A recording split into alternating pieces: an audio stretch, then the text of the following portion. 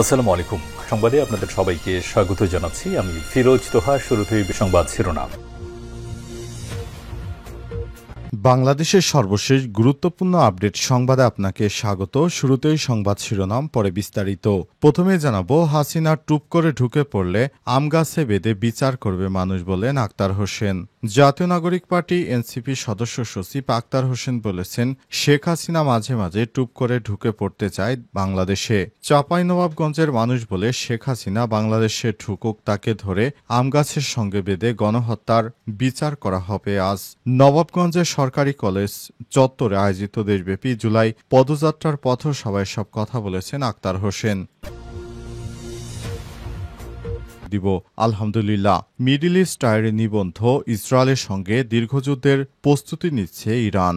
যুদ্ধবিরতির পর এবার ইসরায়েলের সঙ্গে ইরান দীর্ঘযুদ্ধের প্রস্তুতি নিচ্ছে বলে জানিয়েছে মিডল ইস্ট টাই। আজ মিডল ইস্ট টাই প্রকাশিত এক নিবন্ধে এমনটা জানানো হয়েছে। নিবন্ধটি লিখেছেন মিনহো বিশ্ববিদ্যালয়ের আন্তর্জাতিক সম্পর্ক বিভাগের সহকারী অধ্যাপক মোহাম্মদ ইসলামী ও ক্যালিফোর্নিয়া স্টেট ইউনিভার্সিটি সান মার্কোসের মধ্যপ্রাচ্যের ইতিহাস বিভাগের সহকারী অধ্যাপক ইব্রাহিম আল মাশারি। এরপর জানাবো, ইসরায়েলের বিরুদ্ধে এখনও লড়াই করছে 40,000 হামাস যোদ্ধা। ইহুদিবাদী ইসরায়েলের উপর এখনও ব্যাপক হারে হামলা চালিয়ে যাচ্ছে হামাসের 40,000-এর মতো যোদ্ধা। ইসরায়েলের বিরুদ্ধে তারা সক্রিয়ভাবে লড়াই চালিয়ে যাচ্ছে বলে জানিয়েছে ইহুদিবাদী ইসরায়েলের একজন শীর্ষ সামরিক কর্মকর্তা। ইহুদিবাদীরা হামাসকে শুরু থেকে পর্যন্ত অতটা ক্ষতিগ্রস্ত করতে পারেনি। শুরুতে তাদের যোদ্ধার সংখ্যা 40,000-এর মতো ছিল, এখনও প্রায় সেটাই আছে। এদিকে ইরানে বিপদে লাখ লাখ আফগানিস্তানের নাগরিক, জাতিসংঘের উদ্বেগ। ইরানে অবস্থানরত লাখ লাখ আফগান নাগরিকের জন্য বেঁধে দেওয়ার সময়সীমা আজ শেষ হচ্ছে। দেশটির সরকার জানিয়েছে, আজকের মধ্যেই অবৈধ অভিবাসীরা ইরান না ছাড়লে তাদের গ্রেপ্তার করে জোরপূর্বক বহিষ্কার করা হবে। খবর আল জাজিরা।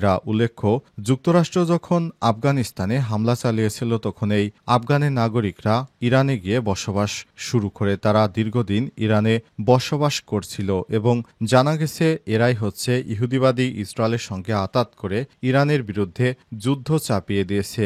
এ কারণে ইরানের সরকার আফগানের নাগরিকদের বিরুদ্ধে এবার কঠোর অবস্থানে, যার কারণে তারা ইরান ছেড়ে পালাতে বাধ্য হচ্ছে। এদিকে ভারতের হিমাচলে আকস্মিক বন্যা, ভূমিধসে 51 জনের মৃত্যু। মৌসুমি বৃষ্টিপাত, আকস্মিক বন্যা এবং ভূমিধসে বিপর্যস্ত হয়ে পড়েছে ভারতের হিমাচল প্রদেশ। চলমান বর্ষা মৌসুমে এখন পর্যন্ত রাজ্যে 51 জনের মৃত্যু ও 22 জন নিখোঁজ হওয়ার খবর পাওয়া গেছে। হিমাচল প্রদেশ সরকারের রাজস্ব দপ্তরের অধীনস্থ state emergency operation centre SEOC এই তথ্য নিশ্চিত করেছে। হাসিনা টুপ করে ঢুকে পড়লে আম গাছে বেঁধে বিচার করবে মানুষ, বলেন আক্তার হোসেন। জাতীয় নাগরিক পার্টি এনসিপি সদস্য সচিব আক্তার হোসেন বলেছেন, শেখ হাসিনা মাঝে মাঝে টুপ করে ঢুকে পড়তে চায় বাংলাদেশে। চাঁপাইনবাবগঞ্জের মানুষ বলে শেখ হাসিনা বাংলাদেশে ঢুকুক, তাকে ধরে আম গাছের সঙ্গে বেঁধে গণহত্যার বিচার করা হবে আজ।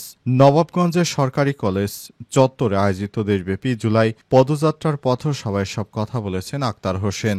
সীমান্তে ভারতের আগ্রাসনের বিষয়ে আক্তার হোসেন আরও বলেছেন, বাংলাদেশের মানুষের উপর দীর্ঘ সময় ধরে আওয়ামী লীগ স্বৈরাচার নির্মম নির্যাতন করেছিল।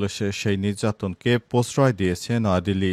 দিল্লি কখনোই বাংলাদেশের ভালো চায়নি, তারা সব সময় বাংলাদেশ নিয়ে গভীর ষড়যন্ত্রে লিপ্ত হয়েছে। এ সময় তিনি আরও বলেছেন, দিল্লি সব সময় বাংলাদেশকে তাদের পাদদেশে লেহন করে রাখতে চায়। বাংলাদেশকে তারা সব সময় খাটো করে দেখে। বাংলাদেশ কখনো ভালো হোক সেটি তারা চায় না। এ কারণে সবসময় তারা বাংলাদেশের সঙ্গে বিরুদ্ধাচরণ করে। এ সময় তিনি বলেছেন, আমরা চাই পুরো দেশটাকে এমনভাবে সংস্কার করতে, ভবিষ্যতে যেন এদেশে আর কোনো স্বৈরাচারী সরকার আর মাথা তুলে না দাঁড়াতে পারে। স্বৈরাচারীরা যেভাবে বাংলাদেশটাকে ধ্বংস করেছে, সেটি ভবিষ্যতে কোনোদিন যেন আর না হয় সে ব্যাপারে আমরা কাজ করতে চাই বলে জানান তিনি। এ সময় তিনি আরও বলেছেন, দেশবাসীকে ঐক্যবদ্ধ থাকতে হবে যাতে করে ভবিষ্যতে আর কোনো নব্য ফ্যাসিবাদ বাংলাদেশে আসতে না পারে। এ সময় তিনি বলেছেন, বাংলাদেশের সাধারণ আপামর জনতাকে সবসময় মনে রাখতে হবে আমরা বাংলাদেশকে একটি সুন্দর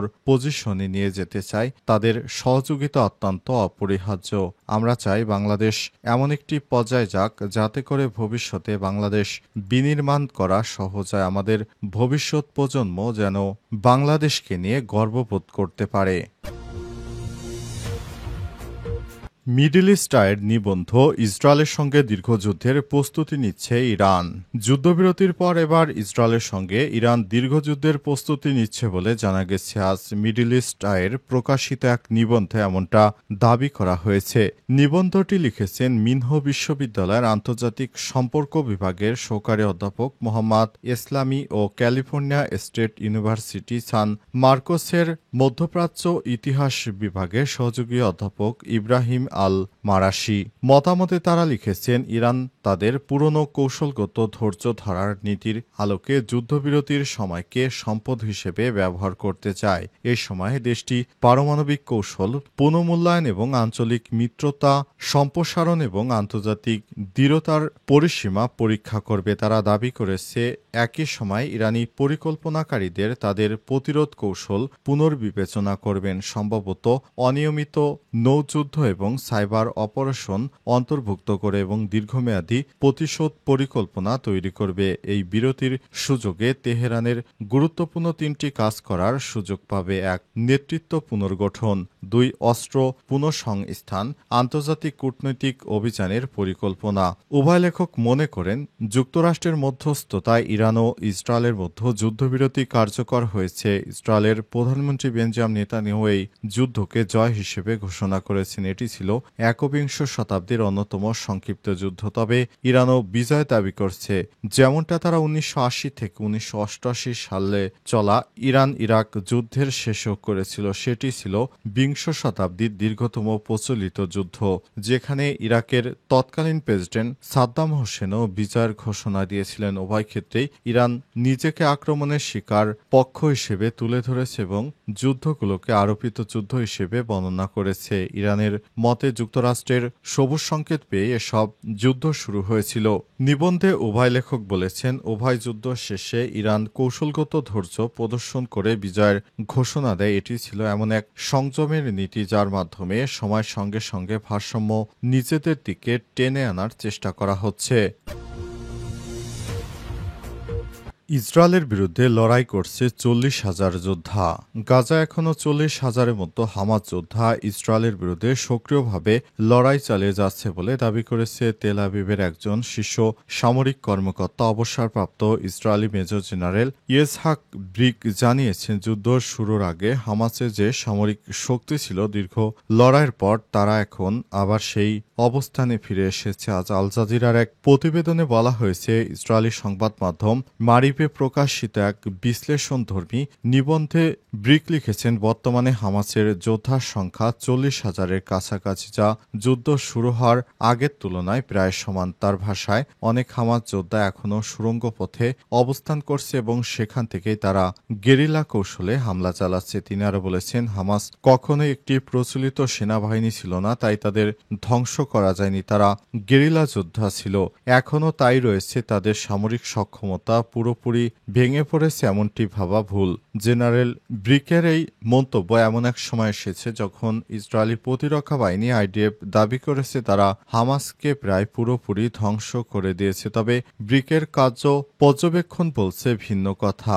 গাজায় হামাসের প্রতিরোধ যুদ্ধ এখনও অব্যাহত এবং সংগঠিতভাবেই চলছে। নতুন এই বক্তব্য ইসরায়েলের সরকারি অবস্থানের সঙ্গে সরাসরি বিরোধিতা করে, যেখানে হামাসকে দুর্বল করার প্রচারণা চালানো হচ্ছিল। বিশ্লেষকরা বলছেন, ব্রিকের এই মন্তব্য গাজা যুদ্ধের বাস্তব চিত্র এবং হামাস পুনর্গঠিত সামরিক উপস্থিতি সম্পর্কে গুরুত্বপূর্ণ বার্তা বহন করে।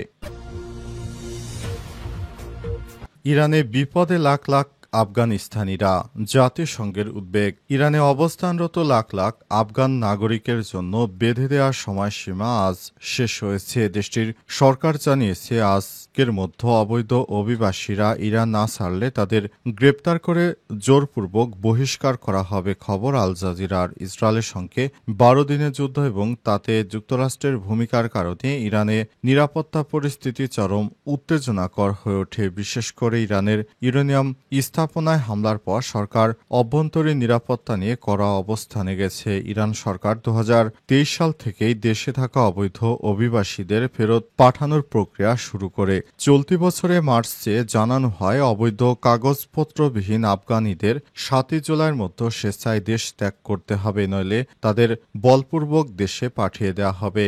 এরই মধ্যে প্রায় ৭ লাখ আফগান ইরান ত্যাগ করেছে। জাতিসংঘের তথ্য অনুযায়ী শুধু জুন মাসেই ২,৩০,০০০ আফগান দেশে ফিরে গেছেন, কিন্তু এখনও লক্ষাধিক আফগান নাগরিক বহিষ্কারের ঝুঁকিতে আছে। জাতিসংঘের শরণার্থী সংস্থা ও অন্যান্য মানবিক সংস্থাগুলো এই গণবহিষ্কারের বিষয়ে গভীর উদ্বেগ প্রকাশ করেছে। তারা বলছেন এত বিপুল সংখ্যক মানুষকে হঠাৎ করে ফেরত পাঠানো হলে আফগানিস্তানে এক ভয়াবহ মানবিক সংকট দেখা দিতে পারে। জাতিসংঘ জানিয়েছে ইরান ইসরায়েল উত্তেজনার সময় প্রতিদিন গড়ে ৩০,০০০ আফগান ইরান থেকে ফেরত পাঠানো হয়েছে। স্বাভাবিক সময়ে সংখ্যা ছিল গড়ে ২,০০০। সংস্থাটি আরও জানায় যে সব আফগান ফিরে গেছেন তাদের অর্ধেকের বেশি বহিষ্কৃত হয়েছে, স্বেচ্ছায় যাননি। তেহরানে বসবাসকারী আফগান রেস্তোরাঁর মালিক বাতুল আকবরী বলেছেন, আমরা এখানে জন্মেছি, এটাই আমাদের ঘর, অথচ এখন আমাদেরকে পাঠিয়ে দেওয়া হচ্ছে এমন এক দেশে যাকে আমরা ঠিকভাবে চিনিও না। আরেক আফগান শিক্ষার্থী মোহাম্মদ নাসিম মাজেহেরি বলেছেন, এই বহিষ্কার আমাদের পরিবারগুলোকে ছিন্ন ভিন্ন করে দিয়েছে।